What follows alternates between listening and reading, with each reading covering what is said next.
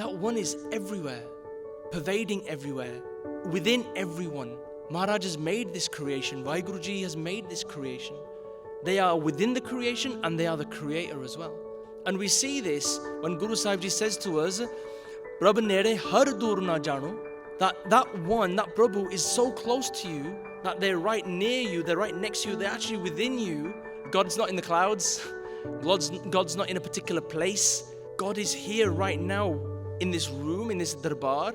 Have an instruction from Guru Nanak Dev Ji saying, Ek de vich samao, merge into the one. What does that really mean, merge into the one?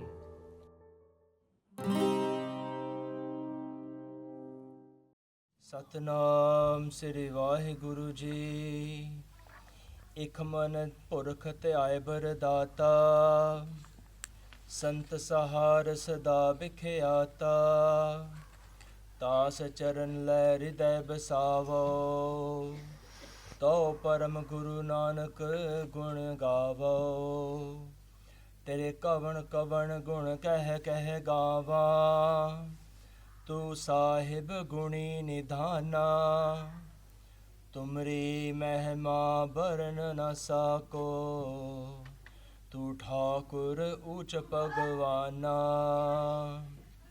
किछ रूप नहीं किछ जात नाही, किछ ढंग न मेरा, क्या मोल है बोल है गुण बिहूण, नाम जपया ना तेरा, हम पापी संग गुर उबरे, पुन सत गुर केरा, ज्ञान त्यान किछ कर्म न जाना, सार न जाना तेरे, सब ते वड्डा सतगुर नानक, जिन कल राखी मेरी, सब ते वड्डा सतगुर नानक, जिन कल राखी मेरी।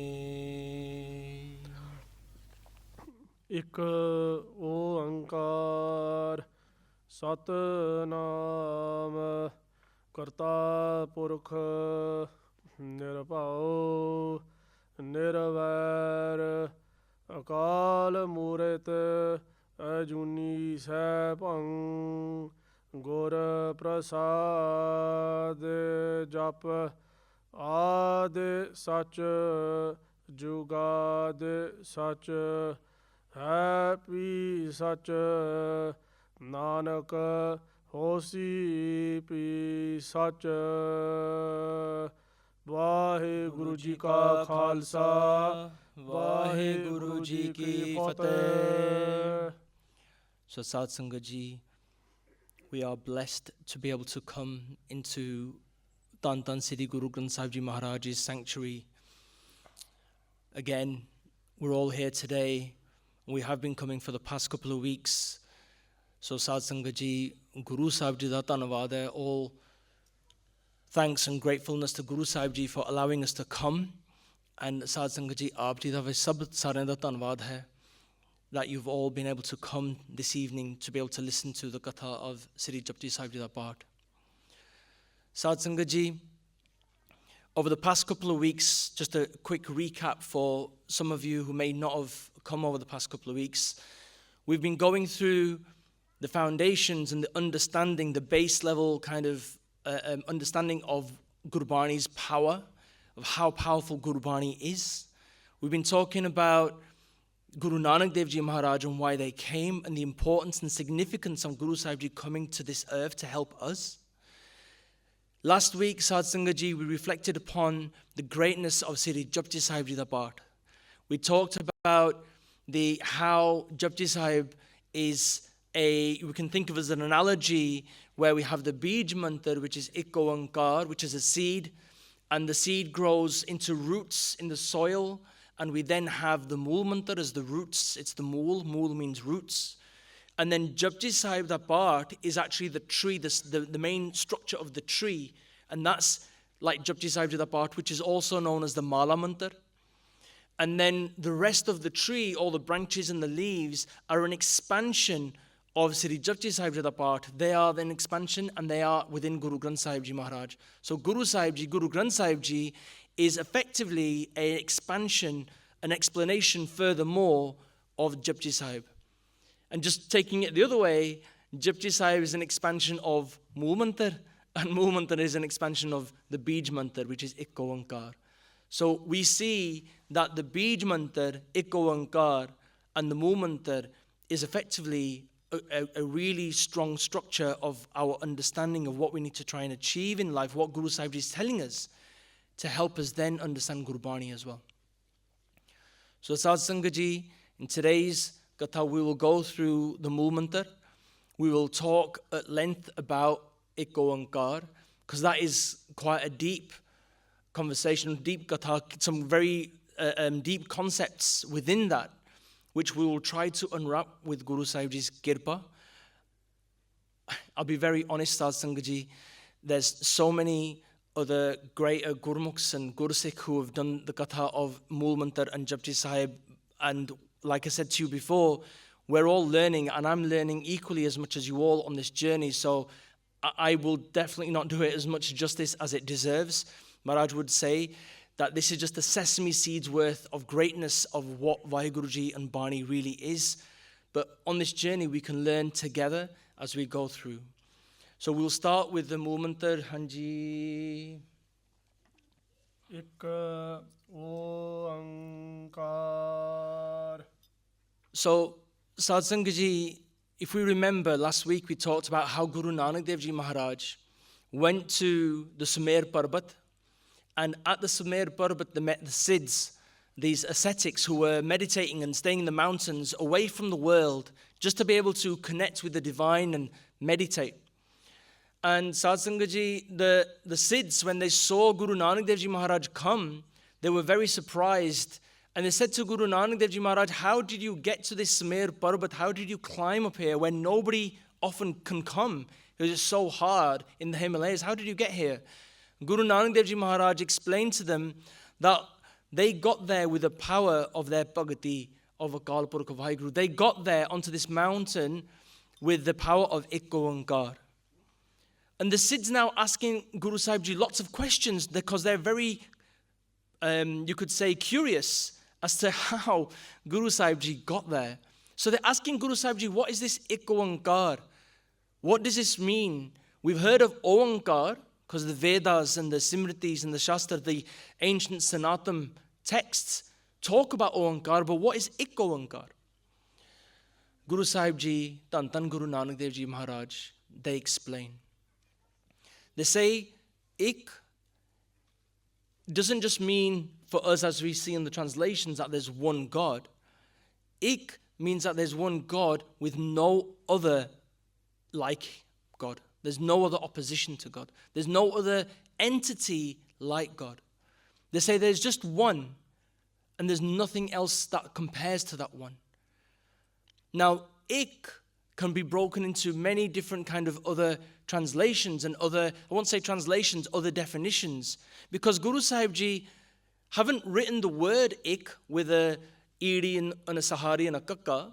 They haven't written the word because people could break down the word and say, well, the iri means this and the sahari means this and the kakka means that, and really dissect it. Guru Sahib Ji have blessed us with the number one that you can even see on the projector screen. It's just a number one in Gurmukhi. And there's no disputing what that one is saying to us. There is one, Advait Swarup. Advait means that there's no other, there's no duality. Dvait means duality. Advait, the era that comes before that, the sound, means it's the opposite. There is nothing of that existence. There's no other. There's no duality. Advait Rup. So Ik, Guru Sahib Ji is explaining that there's just one form of Vaheguru. And there's nothing else to oppose that. Gurbani would say to us, Guru Nanak Dev Ji di apni bani hai, this is their bani. Maharaj says, Sahib mera eko hai bhai, eko hai. They're embedding and telling us that, you know what, Sahib, that master, wo sirf ek hai. There's only one. Sahib mera eko hai bhai, eko hai. They're having to repeat it over and over again because then they're trying to get this mentality out of our minds. There might be another God. There might be another God. Or is there a devil? Or is there something else? Nahi, there's nothing that compares to that one. There's just one, and that's ik.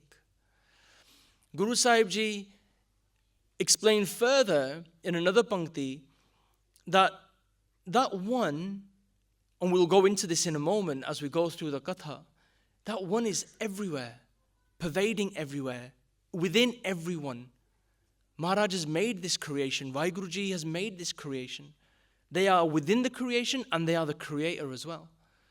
And we see this when Guru Sahib Ji says to us, Prabhu nere har dur na jano, that one, that Prabhu is so close to you that they're right near you, they're right next to you, they're actually within you.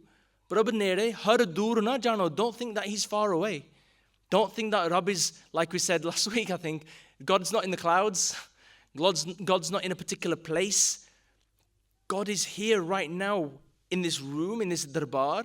Tan Tan Guru Granth Sahib Ji Maharaj and Maharaj Vaheguru Ji, that creation is within us, all of us. Maharaj is saying, Prabh nere har dur na jano, eko srisht sabai. That one is pervading the whole universe. Sari srishti de vich, they're everywhere. They continue to say, ekankar avar nahi duja. They're affirming here in this pankti that there is no other. There's this one Lord that has created everything, ekankar avar nahi duja, Nanak ek samai. They're giving us an instruction here. They're saying to us that there's no other, there's just the one. And they're saying to us, Ke Nanak ek samai.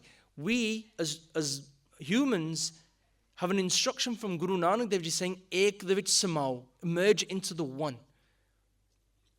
What does that really mean, merge into the one? I'm sure Sadh Sangat Ji, you may have heard this pankti before. Man tu jot swaroop hai, apna mool pachan. We say this, we hear this quite a lot. Let's just reflect on this for a moment. Man, and it's lovely when Guru Sahib Ji, Gurbani talks to our heart. They say man or man re. They reference us and they say man, tu jot swaroop hai. Listen man, listen oh mind. You are a form of that jot, of that light, of that one. Man tu jot swaroop hai, apna mool pachan. Recognize your root. Recognize where you have come from. And then they're saying, Man har ji tere naal hai. Again, they're reaffirming to us, O thode naal hai, that Rab, that God, Vaheguru, Paramatma, is right next to you, is right here. Man har ji tere naal hai, Gurmati rangman. That through Guru's wisdom, through Gurmat, enjoy and get involved in the love of that Paramatma. Enjoy the bliss of that Paramatma. Connect to that one. Feel that one. But through Gurmat, because that's the only way. There's no other way. So Sadh Sangat Ji, we see that this ik all of a sudden doesn't just mean there is one God. That Gurbani is telling us so much more about that one. And Sadh Sangat Ji, I'll just mention as well, often we hear when we pronounce and say ek oankar, some people you might hear say ek omkar or ek oankar or some variations, and it's not all, it's kind of like mixed up into one. And Sadh Sangat Ji, just as we go through the Katha, Maharaj Kirpa Karan with Guru Sahib's grace, we'll do a little bit of Santya as we go through this. The way to pronounce this is ik oankar. So it's like 3 syllables. Ik oankar. So that's how we say this. Ik oankar. So we've covered the one. And Sadh Sangat Ji, we could go for ages and talk about the one. But we're going to move on to oankar now. What does oankar mean? Oankar is telling us that there is one creator, Lord, Paramatma. So let's break oankar down a little bit to help us understand the depth of ik oankar, this bij mantar, this seed. Oankar, let's just break that up. Oankar. So oang, it's not a G at the end, it's not an N at the end, it's like a nasally sound, so it's oang. And oang, Guru Sahib Ji says to us in Bhavan Akhri, Sri Guru Arjan Dev Ji, right? They say, oang Gurmukh keo akara. So they're saying that Oang was this sound, this energy, and from this sound we got the expanse of the universe, we got the whole creation. Oang Gurmukh kiyo akara. And this Pankti, we can understand this to mean that it's the Gurmukhs, the enlightened beings, the ones who have actually, a Gurmukh you could define as someone who is literally facing the Guru, who is only doing what the Guru says and following their instructions, but actually implementing Guru's instructions in their life. That's a Gurmukh. And there's a lot of, I say instructions, but there's a lot of Gurmat, a lot of Guru's wisdom that we need to enshrine in our hearts to really become a Gurmukh. So we're all on a journey, right? So Guru Sahib is saying that it's the Gurmukhs who understand that there's this sound, this Oang, which created the expanse of the universe.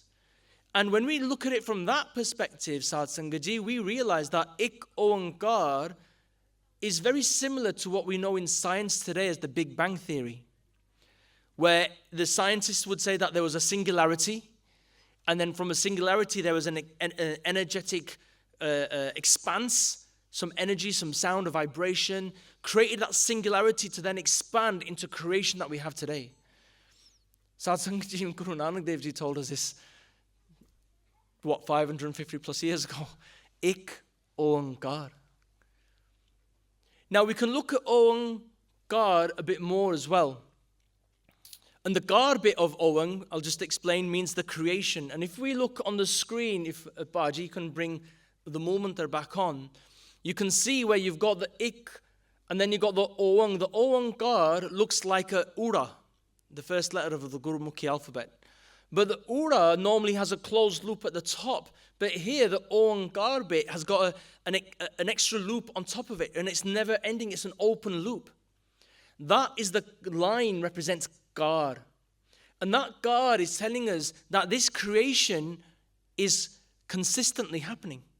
This creation is not ending. It's a constant creation. This Gar is happening even now. That pen of Bhai Guruji is writing right now. So that's Oankar telling us that this creation is happening. Guru Sahib Ji say to us in another Shabad, they say, Ekam, Eko, Aap Upaya. That Ekam, that one, first of all created themselves. We'll realize this from Sepang. So the one created themselves, Ekam, Eko, Aap Upaya. Then they say, Dubda Duja, Trebid Maya. They're saying that the second thing that was created was Dubda, was a sense of duality. Now, philosophically, duality exists when we see creation. Because Paramatma, Vahiguruji, created this creation, that has caused a sense of duality. Because now we just see this physical creation. We don't see Paramatma, that formless Lord. So now we're thinking, is this everything? Is what we see, it's real because it exists, but is this it? We get lost in this delusion that this is everything. But because we don't see that formless Paramatma, formless Lord, we forget that formless Lord exists. So this is a sense philosophically of duality. Maharaj saying is, Dubda Duja Tribid Maya. Then they say in the next line, Chauthi Pauri Gurmukh Uchi Sacho Sach Kamavanaya. Now we're introduced here to a few key terms that we're going to explore in Ik Oankar. We're introduced to Tribid, we're introduced to Maya, we're introduced to Chauthi Pauri, and we're introduced to Gurmukh. Let's explore what these are to make some sense of this. Tribid, Maya, is, as we can see in the translation, the translation says three-phased. You could say it's like three elements to Maya. There's three kind of stages or three factors to Maya, let's say. What are these three factors? Gurbani calls it Tregun. So stay with me on this one, right? It gets a bit complicated. So in Maya, Maya is we sometimes say an illusion, but this is actually more accurately to be said a delusion. That we can see Maya. Maya is not just money, that in Punjabi sometimes we think Maya is money, But Maya is everything that we see. It's the delusion that's been created that we think that this is everything and we forget Paramatma. So this veil that we see of reality that we think is now is Maya. And Maya has three qualities. Maya has three things to consider. Rajogun, Satogun, Tamogun. What are these three factors? Let's just explore these very quickly. Rajogun is a quality about creative action, about doing actions on a daily basis that we do. So for example, we get up and we go to work. We have some breakfast and kids go to school. You guys, you've all come here. That's an action. That's a Rajogun quality. There's something happening here. Yeah, there's a quality there of Rajogun where there's creative action. Someone being born, that's Rajogun. A tree being sprouting flowers, that's Rajogun. It's creation happening. Now, Satogun is about sustenance. Satogun is about doing good deeds, like charitable deeds. Satogun is doing meditation, Simran, connecting with Guru Sahib, reading Bani. And in other faiths, you could say that's, going to the church or mandir or masjid. It's all about doing those good deeds is Satogun and trying to connect with the One. Having good qualities like patience, having righteousness in your life, having dharam in your life, having, compassion in your life. These are good qualities. These are Satogun qualities. Tamogun is related to, you could say, a bit like destruction or negativity. So Tamogun is where we have our vices, our inner vices. Gurbani talks about Kam, Krodh, Lobh, Moh, Ahankar, which is lust, anger, greed, attachment, ego, jealousy. Those things are Tamogun qualities. Yeah? And Maya has these. Another Tamogun quality is, when we're resting, we're not doing anything, we're resting and sleeping. That's okay. That's Tamogun. You need a bit of sleep. Yeah, we need that. But having excessive sleep is an excessive Tamogun quality. For example, when I say excessive, someone might be sleeping for 12, 13, 14 hours a day, just being lazy. Being lazy is a Tamogun quality. Okay? Now, the way I like to visualize these three qualities is think of an audio mixer. Like we used to have on the old hi-fis, if some of you might remember, you have like a treble and a mid and a bass, and you have these gauges that you go up and down, right? On the mixers at the back, you'll see them. You've got these gauges that go up and down. So think of Maya as having these three gauges that go up and down. And the objective of us is to keep those three gauges in balance. We don't want too much Rajogun, because if we have too much Rajogun, then that means that we're doing too many actions. We're doing too many things. So I'll give you an example. Somebody doing lots of actions to earn more money. Loads of actions to get excessive amounts of money is just an example. Where we're doing maybe too much work or too much studying or too much work, and it's really affecting us, and it's beginning to affect our mental health and our physical health. Where it's really excessive, I'm on about here, as an extreme. That's not good, because then we're out of balance. And that can lead into negativity, where you're then getting a bit of Tamogun coming into the Rajogun. Because Tamogun, that dial of Tamogun is beginning to creep up. Because if we're chasing too much money, we're getting a bit greedy now and saying, I want more, I want more, I want more. And then the Tamogun's going to start increasing. That gauge is going to start going up. And that's going to start bringing us negativity. Okay, hey, how come has that person got more? I want more. How come that guy's got a new car? I want a better car. All of a sudden, jealousy starts to creep in. Ego starts to creep in. So can you see how having too much Rajogun can start creeping up our Tamogun? It's like these gauges, right? Now, you might think, well, Satogun's a good thing, so having plenty of Satogun is good because we're going to do good deeds. And that is true to a certain degree. You could have good Satogun actions where you're doing a lot of charity, but imagine if that got excessive, where you're not caring anymore about your own family and you're not caring about what's happening in your own home. You're just giving. And that doesn't stop. And for example, you could become a sannyasi, like a Siddh, and they've gone into the mountains, and you might think, well, I'm going to leave my family. I just want to have, so much bhakti, and I'm going to leave my family and go and live in the woods and just meditate. Guru Sahib Ji hasn't prescribed that for us. They're not telling us to do that, because we then forget Miri and Piri, that we need to live in the world and do righteousness here and do our bhakti and meditate. So having too much Satogun is excessively not going to help us either. And having too much Tamogun is, this is when people are then committing murders and crimes, and it's going a bit negative in that respect. So that's too much Tamogun. We need to keep them in balance. And this is what Gurbani talks about, Tregun. And we all have it. We all have those gauges.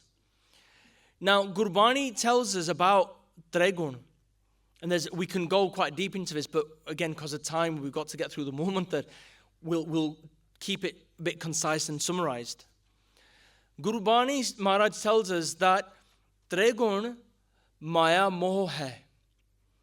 That Tregun, these three guns, are within Maya, and us as humans are attached to these three qualities because of an attachment, because of moh. Tregun Maya Moh hai. Gurmukh chautha pad paye. So now we're bringing in the chautha pad. Well, what is this fourth state that the translations talk about? What is this fourth state of consciousness? I'll give you an analogy to help explain it. Satsanga ji, a lotus flower, Gurbani uses the example of a lotus flower quite a lot. A lotus flower has its roots in deep, dirty water, like a pond. But the flower sits above the water, and it's really beautiful. A lotus flower opens up, and it's a beautiful flower, a nab kamal, we call it. Gurbani talks about as a kamal full. But the roots are in the water, but still it's risen above the mud and risen above the dirt, and it's now blossomed into a beautiful flower. That's the fourth state. That is that chautha pad. Guru Maharaj says to us that chauthe pad, which is Sehaj hai. Chauthe pad which Sehaj hai, Gurmukh palle paye. That this fourth state is actually Sehaj, a Sehaj Avastha. That we hear that this Sehaj, Maharaj talks about Sehaj quite a lot, so we're seeing that chautha pad is Sehaj as well. And it's also in Gurbani known as a Turiya Avastha. So there's different names for this state, this fourth state. What is this fourth state? This fourth state, Satsangaji, is a state of bliss, because we are now away from these three qualities. We've risen above them. And when I say risen above them, they are not controlling us, but we are controlling them. What does that mean? That means that when we are in a situation where someone says something to us, don't let it affect you. Don't let the anger rise. Control the anger. Control the greed. Control that jealousy. If someone gives us praises, don't let the ego get to us. It's okay. If it's praise, it's Vaheguruji's praise, because they made those things happen. It's about controlling our mental state. And if we can control our mental state and control how we are as a person, what we're consuming, what we're seeing, what we're thinking, what we're saying, what we're doing, our actions, if we can control all of that, we are on a journey to actually becoming that Gurmukh, to achieve that fourth state of consciousness, to achieve Sehaj. Again, to help explain it, I often think of a sine wave. So in science, where you have a wave, and you have, the wave goes up and down, right? So you have like sound waves. Now imagine this being like life, and imagine that when something happy happens to us, something really joyful, like we have a new child born in the family, or we have a grandchild, or a nephew, or a niece, or son, or a daughter. We might get a new house or a car, or whatever it might be, brings us joy. So our emotional state rises. When it rises, it stays high for a little bit, but after a while, the novelty wears off and it just tapers back down again and just goes into a state. If something negative happens to us, like let's say an illness or a death, or we've lost something valuable and it hurts us, then often from the peak, we end up going into a trough, into a dip. And we sometimes say we're in a bit of a rut. We end up going down in a state. But then that tapers off over time as well. Satsangaji Sehaj Avastha is actually trying to not have them high peaks and low troughs, sorry. It's trying to keep that balance. Another word to explain Sehaj is equipoise, to be in a state where we are not affected by the world in that way. We are just tinkering along and trying to be, I won't say flatline because that means something else medically, but we want to try and keep a line where we're not so badly impacted by these things that happen in life, because life happens. In our life, we get happiness and we get sadness. The question is, how are we going to respond to that? How are we going to react to that? Because we can control our response, we might not be able to change what's happening around us. That's just the way it is. That's God's creation. That's up to Vaheguru. Whatever Vaheguru Ji does, they do in their perfection because they're the perfect Lord. How are we going to react? That's about being in Sehaj. So Sad Sangat Ji, we see now that we can get into Sehaj, but there's a way of doing it. Guru Sahib says to us, Bhai re, Gurbin Sehaj na hoi. Very simple. It's Punjabi. Bhai re, talking to us, saying, oh siblings, oh people, oh human beings, oh children, Bhai re, Gurbin, without the Guru, Sehaj na hoi. They're telling us the rasta of having that Sehaj. They say to us, Sabde hi te Sehaj upjay. That through the Shabad of Gurbani, through the wisdom of Gurbani, Sabde hi te Sehaj upjay. Har paya sach soy. That is how we're going to achieve this fourth state, by understanding the Shabad and becoming a Gurmukh. Trying to become a Gurmukh, an enlightened being. Try to have that in our hearts and our journeys. We can control that. That's in our power. I can't control, for example, what the Lord Janveer is thinking or what he might do, because that's not in my control. He can control that, like I can control what I do. In the same way, you can control what you think and what you say and what you do, but we can't control anybody else or anything else. So it's about us on our own individual journeys trying to adopt Guru Sahibji's wisdom in our life. Sad Sangat Ji, you might then say, well, what is a Gurmukh? How do we become a Gurmukh? And that's like hours and hours of Katha in itself. And this is where I would encourage you, Sad Sangat Ji, that you come to this Katha series, which is great, but do the homework as well. You can find this out through YouTube, through basics of Sikhi video channels, and read Gurbani. You can get the apps, iGurbani, Sikhi to the max, on your phones. They're all free. And you can literally type in the word Gurmukh and see what Maharaj is saying about Gurmukh. And there's no way I can do it justice, because Maharaj says so much about being a Gurmukh. And there's so many things to consider. But just for now, I'll leave this with you. Maharaj Guru Amar Das Ji say to us, if I'm not mistaken, Maharaj says, Gurmukh gave, Gurmukh bujay, Gurmukh sabad bichar. That the Gurmukh is the one who is actually singing the praises of Vaheguru. We're singing the praises of Vaheguru. We sing those praises because that singing is us actually in love with Maharaj, saying, Maharaj, just you are amazing. Saying, Vaheguru, Maharaj, you are wow, you are just amazing. Gurmukh gave, but then Gurmukh bujay. The Gurmukh is the one who understands the message of Gurbani. So we're not just, I don't want to say aimlessly singing, but we're not just singing or not just reading. We're understanding. To become a Gurmukh, let's understand what Guru Sahib is saying to us. And Sad Sangat Ji, how lucky are we today? We have technology to help us understand Gurbani in depth. So I would encourage you, download those apps on your smartphones and start researching and reading the translations to help us give us an essence of what Guru Sahib Ji is saying to us. Then Guru Sahib Ji says, Gurmukh sabad bichare. That the Gurmukh is the one who actually gets the Shabad, the instruction, and then they contemplate it, they have discussions about it. So what does that mean for us today? If you find a Shabad that you like, or the Hukumnama that came today was amazing, we can find the Hukumnama in our apps, go home and discuss it.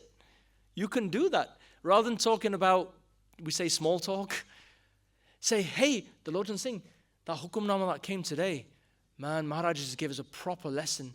The last pangti of that Hukumnama, Maharaj is saying, ke man manje, clean our man, right? And then we're going to achieve this Paramatma, then we're going to achieve something, but we have to clean our man first. We have to go through a cleansing process of thinking, wow, Maharaj, man, they're giving us teachings in every bit of Panktiyan of Gurbani all the time. So Maharaj, the Kirpa Danal, we've explored Ik Oankaar, which our translations say there is one God. We've actually gone down a bit of a rabbit hole to understand that what is Maya, what is the Tregun, the three guns, the three qualities, how do we get out of them to get to a Chotha Pad, and how we do that is by becoming a Gurmukh. That is all from Ik Oankaar.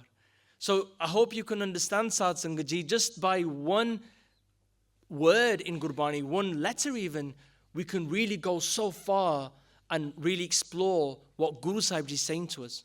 And you can see from the Bij Mantar that there's so much of an expanse. And Sadh Sangat Ji, last thing about Sehaj I'll just mention is in the Lava, that part, the Anand Karaj that we have from Guru Ramdas Ji, in the Chautri Lav, Guru Ramdas Ji says, Har Chautri Lav, Har Sehaj Paya, Har Paya Balaram Jiyo. Har Chautri Lav, Man Sehaj Paya, Maaf Karna, made a mistake. And they're saying that in this fourth lav, in this fourth step, we can actually achieve Sehaj. So the lava, the Char lava, are actually a kind of a 4 steps that we can walk on to actually understand how to achieve this Sehaj Avastha. Har Chautri Lav, Man Sehaj Paya, Har Paya Balram Jiyo. Maaf karna, I made a mistake there. But that's what Guru Sahib Ji is saying to us, that we can do that. So again, with Guru Sahib Ji's Kirpa and grace, maybe one day we can do the Anand Karaj course here and we can go through the Anand Karaj. Anyone who's married, we can call it the retrospective Anand Karaj. And anyone who is going to get married soon, then chalo, we can go through the lava together. Because it is really valuable to know this, even if we're already married. Because then what is that lava and what did they really mean? And we can go through that. So Sadh Sangat Ji, that is the Ik Oankaar. And before we go on to the next Pankti, let's all put our hands together and ask Guru Sahib Ji to bless us to continue through the Mool Mantar. Aakho Ji, Sat-Naam, Vaheguru Ji. Sat-Naam. Sat-Naam. So this is 2 words. Sat is translated to meaning the truth. It comes from the Sanskrit word Satya. And Guru Sahib Ji is saying that Sat is truth, truthfulness. But Sat is also something else when we think of it with a slightly different angle. Vaheguru Ji are imperishable. Vaheguru, Paramatma, cannot be destroyed. So that thing that is forever true, that cannot be defeated, will always be true. And I'll give you an example to help explain that. A leaf falls from a tree. The leaf has been created, it's been sprouted through spring. We're going to see this happening with flowers. And then after a while, the flowers or the leaves die. Would you say that that leaf is true or that flower is true once it's died? True whilst it existed for that little bit of a time, but it's no longer there. It's no longer true. The same applies with us. We're born, we live, we die. After a while, when we're not here, our families say, oh, that person existed, but he doesn't exist now. It's not true. So what is true? What is permanently here? That's Paramatma. That's Vaheguru. That's permanently here. That's why it's Sat. That's why it's true. So Sat, Guru Sahib Ji is telling us here, Sat is that one that cannot be defeated. That is here all the time. And Naam is the name of Paramatma. Their name. Now, Naam, it translates the name, but how powerful is a name? We all have names. And when you look at the name, when we first meet somebody, we say, Vaheguru Ji ka Khalsa, Vaheguru Ji ki Fateh, Aap Ji da Shubh Naam kiya, what's your name? We associate somebody with a name. Without the name, how do we create an association? It's like making friends, and you're friends with somebody, but you don't know their name. Are you really a friend then? How do you have a relationship with somebody if you don't know their name? So names are quite powerful things. And Guru Nanak Dev Ji Maharaj is saying to us here that that name of that one is Sat. It's true. That your name there's many names, Kirtan-Naam, there's many names for you. And we see this in Gurbani. I don't know how many names of Paramatma, of God, of Vaiguruji there are in Gurbani. There's Bhagavan, there's Gobind. Paramatma actually doesn't mean God, it means the Supreme Soul, Paramatma. There is Ram, there's Allah.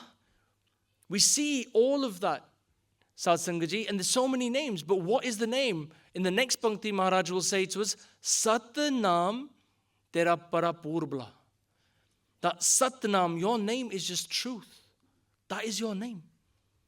What other name do we give that entity that created everything?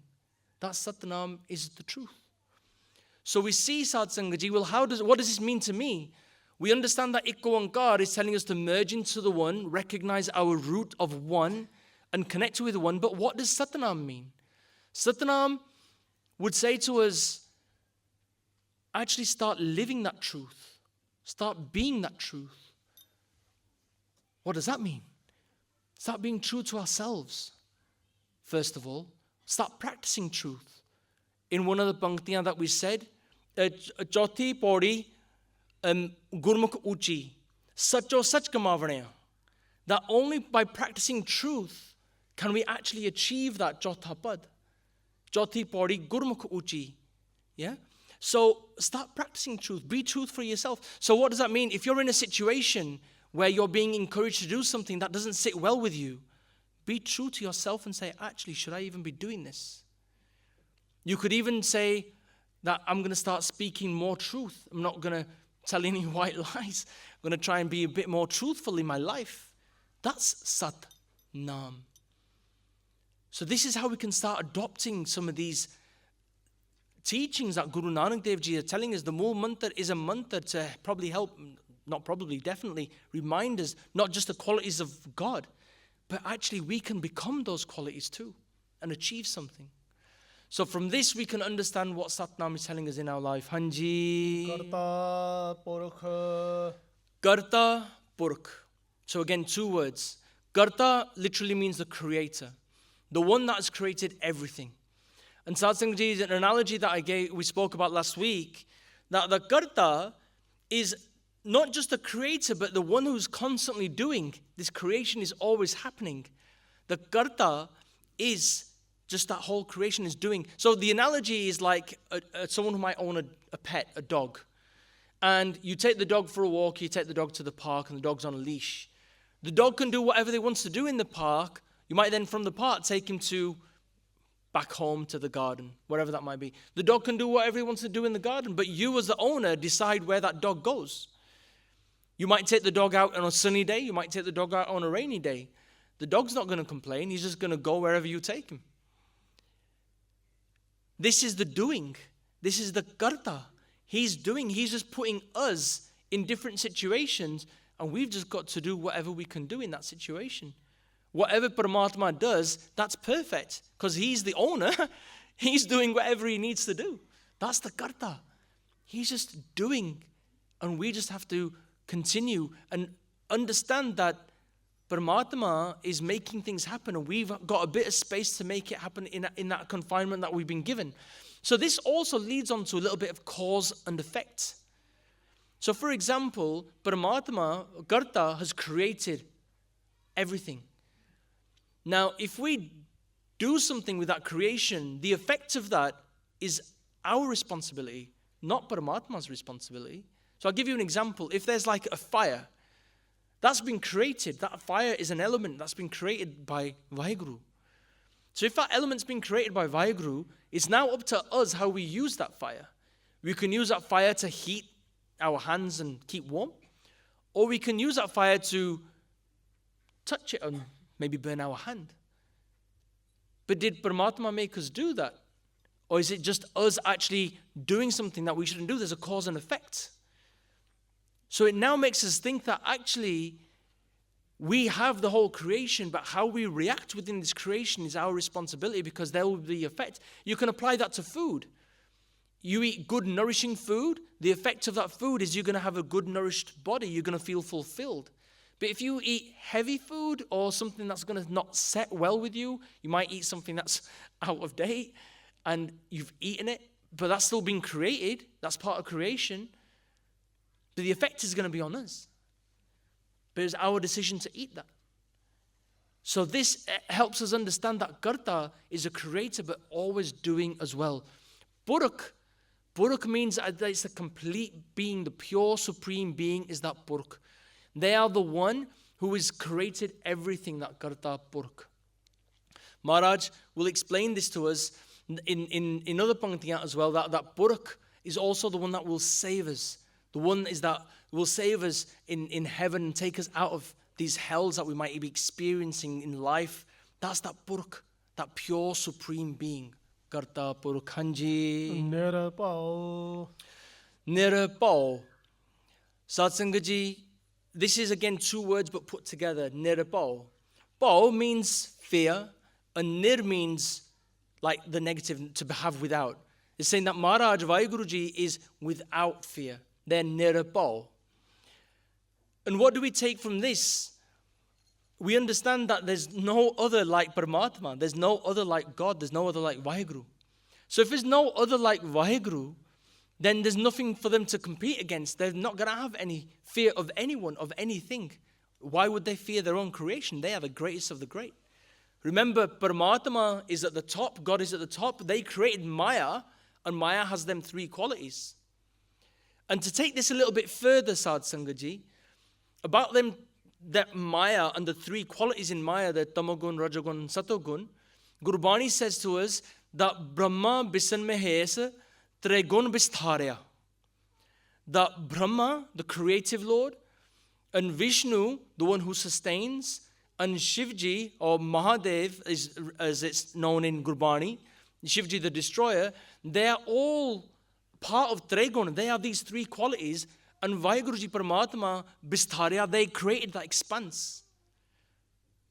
So if Gurbani is telling us that even the gods and the deities of Vishnuji, Shivji, Brahmaji are all within this Maya and are all got a job, Gurbani will say to us, Brahma bisan mein hai aisa tre gun sir tande laya.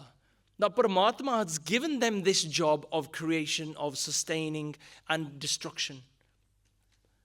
That one Paramatma is above all of that.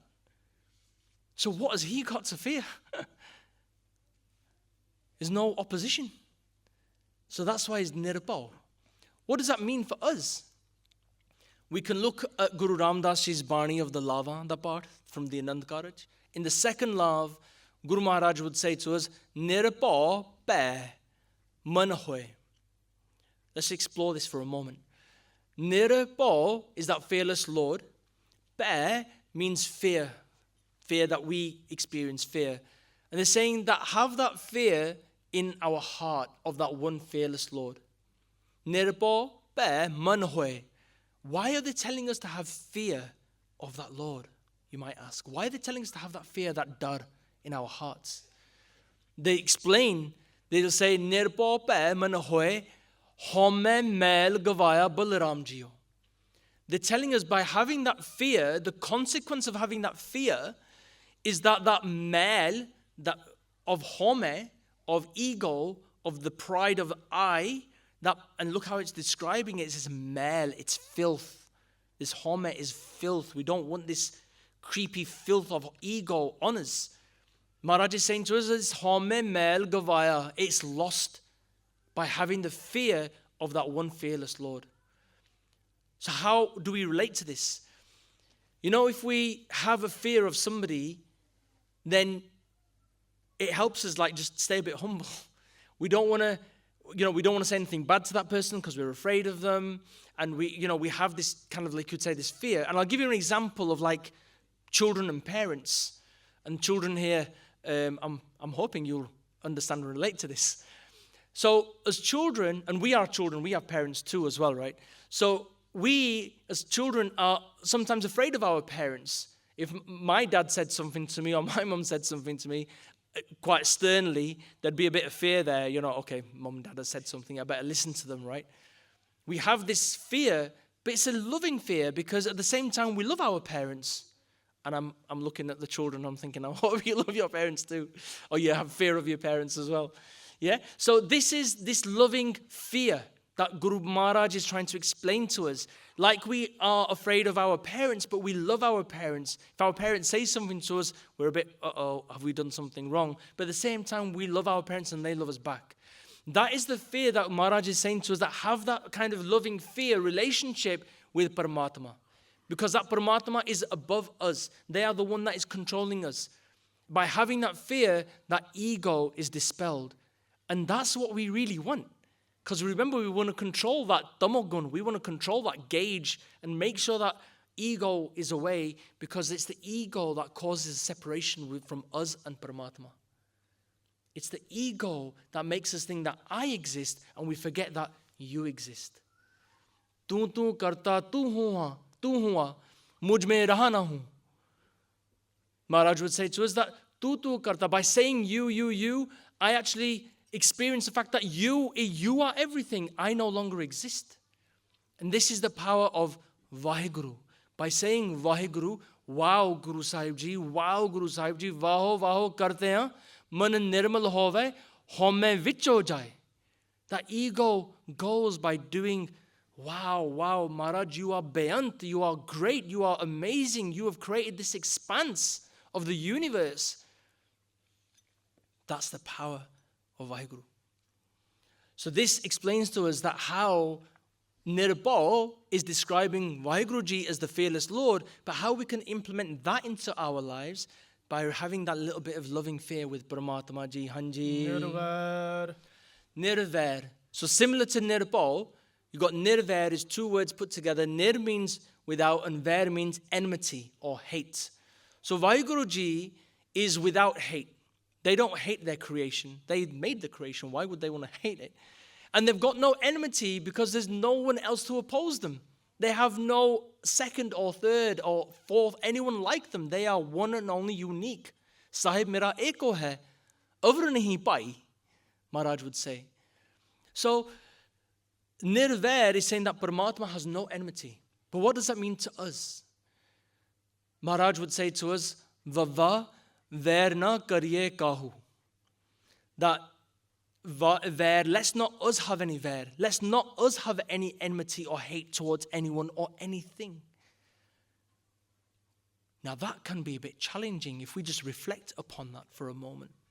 If we think in our lives, somebody we might not speak to because they said to me something to me, 5 years ago.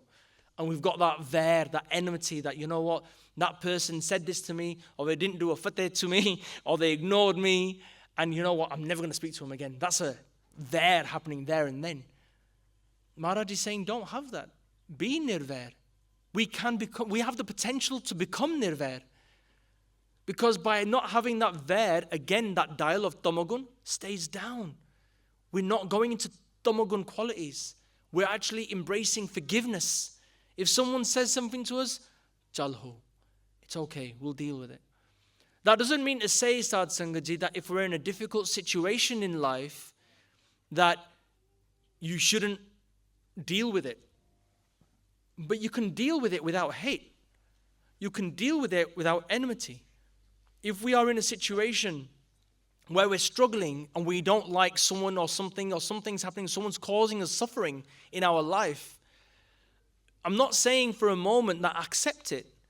Because like we said last week, Guru Tegh Bahadur Ji would say, Sadho man ka man tyago, kam krodh sangat durjan ki taate ehne sapago. Go away, leave it, just get out of that circle. You don't need to be there if that is causing you some negativity. But they're not saying have enmity towards it. You can still walk away with compassion and love and respect and just be away from that and save yourselves with whatever you might be struggling with. So Satsangat Ji, Maharaj is saying to us, Guru Nanak Dev Ji Maharaj saying, Nirvair, Paramatma, Vaheguru Ji is Nirvair. And from this we can also become Nirvair. Hanji. Akaal Moorat. Akaal Moorat. So this is again two separate words now. Let's look at Akaal. Akaal, Kal means time and Akaal means beyond time. Paramatma, Vaheguru Ji is beyond time. So this is where we can see that Vaheguru Ji is so outside of the whole structure of time. They're not bound by life and death, because when we are bound by time, we're always looking at our watches. I'm looking at the watch right now. We're bound by time. But Maharaj isn't. Vaheguruji isn't bound by time. They are above time. They created all of this. They are Akaal. They are beyond time. And Moorat means that this is their form. But at the same time, Vaheguruji is formless. So this is actually telling us that Guru Nanak Dev Ji Maharaj is saying that this is you could say, some descriptive form of what Vaheguruji is like. This is their nature. This is their qualities of being Akaal. And very similar to Akaal, Sad Sangaji, we talked about other qualities of God, where God is another thing called Sujati. Sujati means that God has no species. They are not part of a species. They are just one and only unique. They are Sujati. They are one and only unique species that in this creation. They are Vijati. Vijati means that they haven't evolved from a species. Like, we see evolution and like the Darwin theory, things have evolved. They haven't evolved. They're Vijati. They are just one unique entity. We also understand that they are Svegat Ped. Svegat Ped means that they are a constant form of energy. And the way to understand that is that we as humans have arms and legs and organs, and they all have a certain function. And they do certain things for us, right? Our fingers, our hands, our eyes, our nose, they all have a function. But Paramatma, Vaheguru, is just a constant form of energy. They're Svegat Ped. And other qualities of Paramatma, they have no des. They are not in a particular location. We mentioned this before. They're des to reht. They are beyond kal. This is what akal means. They are beyond time. They have kal to reht. They have no vastu. Vastu means state. So to understand state, think of us as humans. We have an awakened state, a jagrat avastha. We have a sleep state, a supan avastha. And then we have what we call a deep sleep state, where we're in a kind of almost like subconscious or beyond that even, which is called a Sukhopat Avastha. And these are states that we as humans have, but Vaheguru has none of them states. Maharaj is never asleep.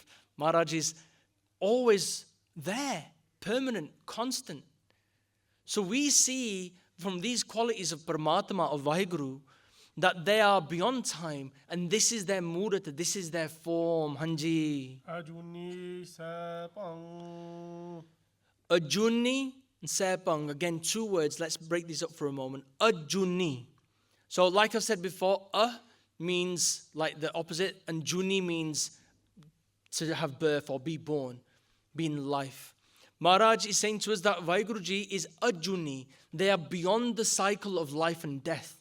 They don't come into this cycle that we are in, of being born, of living and then dying. Vaheguruji is Ajuni. They are beyond that. They are outside of that cycle. Sepang. Sepang means that they are self-illuminated. They are the source of their own energy. Nothing gives Paramatma, God, Vaheguru energy. Nothing. They are their own source. To help explain that a little bit, Sad Sangaji, if we look at the lights, you have to flick a switch in order for the lights to come on, and that comes on through electricity. So it's coming from a source of power to turn the light on. But Vaheguruji doesn't need a light switch, and Vaheguruji doesn't need electricity. They don't need a source of energy to power them. They are their own source. They are self-illuminated. And the amazing thing is, Sad Sangaji, that self-illumination is propagating within all of the creation as well. We are all being affected by that sepang. We all have that illumination within us as well. Maharaj is explaining to us that don't feel or don't think that you don't have that kirpa. You don't have that blessing. You have, because you are powered by that one. You have got the knowledge from the one. You have got the ability from the one. We have the potential from the one to be even more illuminated and achieve that Sehaj Avastha, achieve that Jotapa, that higher state of consciousness. Hanji. Gurprasad. Gurprasad. So again, two words. Gur is referring to Guru Sahib, the great enlightened being. Guru is two words put together, Gu and Ru, which means darkness to light. Gu and Ru. And when you put that together, you get Guru.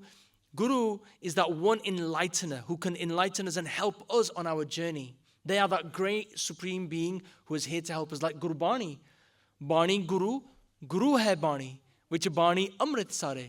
We went through in the first week the power of Gurbani, about how Gurbani is so relevant, and it's our Guru right here, right now. God's physical form on earth is Tan Tan Sri Guru Granth Sahib Ji Akho Sat-Naam Sri Vaheguru. So Gurprasad, Prasad means that this is a supreme bliss. Prasad means that this is something that we can experience. This is Guru's blessing to us. Through Guru's blessings, we can achieve this bliss. This is Gurprasad. And Gurprasad is that we need that Gurprasad. Because in Gurbani, Maharaj would even say to us that through this Gurprasad is how we are going to achieve that fourth state. Because without Guru's kirpa, without their prasad, without their blessings, it's not going to happen. And from here, Sad Sangat Ji, if we work backwards a little bit through the Mool Mantar, through Guru's kirpa, we understand that Vaheguruji is self-illuminated, and that illumination is within us. We understand that they are ajuni, beyond this circle of life and death. We understand they are this Akaal Moorat, that they are beyond time. We then understand that they are fearless and they have no hate or enmity, some qualities that we can gather. And from understanding these things, we can then understand that they are actually the one creator, the one supreme creator who created everything and is still creating now and doing everything. This is the complete Purakh. They are the Purakh, the one who is that supreme being who's creating everything. And then from that, we understand that the name of this being, this entity, is Sat, is truth. And then from this, we understand that that truth is living above Maya through Ik Oankaar, and it's just the one. So we see, working backwards, that we can go back to that one. There's a route there that we can travel through in reprogramming our mind to achieve oneness and recognize oneness within everyone and everything. Hanji. Jap. So this Sad Sangat Ji Maharaj is giving us an instruction to say, now you understand this mantra, now jap, now chant. Chant externally, but also we can chant internally as well. We'd have to chant out loud, we should, because that's how we start this journey of meditation, of Naam Simran, of connecting to Naam. And this is how we can then, by chanting, internalize that chanting to then feel that and experience that inside of us. And this jap also is some people would say, the start of Japji Sahib Ji Bani. So we've gone through what we called before the Mahamantar, up to Gurprasad. Now we're going through Jap Hanji. Aad Sach. Aad Sach. So Aad is telling us that before even time existed, before anything existed, Aad, right at the very beginning, there's just this one truth, Sach. Goes back to Sat-Naam, truth. There's just Sach, there's just truth. That's what existed, Ik. That's right at the beginning of time. Aad Sach, Hanji. Jug Aad Sach. Jug Aad Sach. So in the jugs, in the ages that we talked about before, Satajug, Dwapar, Treta, Kal Jug. In those ages, in the past you could say, when time did start, Vaheguruji was such then as well. They were truthful then. They existed then as well. Hanji. Happy Sach. Happy Sach. They exist right now. Happy Sach right now. In this moment in time, Maharaj Paramatma Vaheguruji is here within all of us. And what this means is so powerful, Sad Sangat Ji, because they are looking at us right now. Not what we've done in the past. They remember they're timeless. They are Akaal. Maharaj is not going to look at our past. Whatever we've done, whatever we've sown, whatever deeds we've done, karam, they're our karam now, they're done. Maharaj can look at us now, and they're looking at us and they're saying, what are we doing now in this moment? Happy Sach. This is how we can see this. Sometimes we get caught up in the fact that we've done so many bad things in our past few years, And you know, we go on an internal journey of trying to get over that. But those are what we've sown, those deeds that we've done, we're going to have to reap what we sow. We know that. But Paramatma is saying to us right now, happy, such he's looking at us right now saying, what are we doing now? And with Guru Sahibji's kirpa, Vade Bhag Paya Sad Sang, we are here together as Sangat in Guru Sahibji's charan. So this surely counts for something. Hanji. Nanak Hosi Bhi Sach. Guru Nanak Dev Ji Maharaj are proclaiming here that Nanak Hosi Bhi Sach, that even when then time does stop, when this creation no longer exists, Maharaj Vaheguru, that ik, that Sach, that Sat will still be true then as well. Will always be true forever and ever, even in the future. And science talks about the big crunch. So we've got the Big Bang theory. There's now the Big Crunch theory, where actually the whole expanse of the universe theoretically is going to come into one and just collapse on itself. Nobody knows when.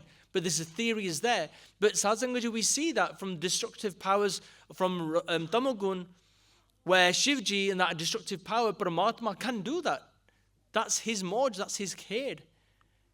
Who are we to question Paramatma, right? We're just the servants of that Paramatma. We're like that dog in that analogy. Wherever Paramatma puts us, we just go.